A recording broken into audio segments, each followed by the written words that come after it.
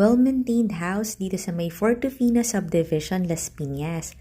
Malapit lang to sa Evia Mall, Bayadaang Hari. Meron tong lot area na 381 square meters. Hi, beach home owner! Pasok ka na sa house mo. Ang floor area nasa mga 259 square meters. Ito yung living area na maluwag at ito naman yung dining area. Malaki din yung kanyang kitchen at meron siyang daily kitchen. Nandun na rin yung helper's room at saka bathroom and laundry area.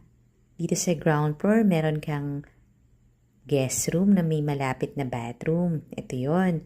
Panoorin mo yung full house tour nito sa YouTube channel ng Home Search Philippines para makita mo rin yung second floor. Dahil nga malaki ang lot area nito, pwede mo itong gawing garden o pwede kang maglagay ng swimming pool. Pero sa ngayon, ginagawa itong party place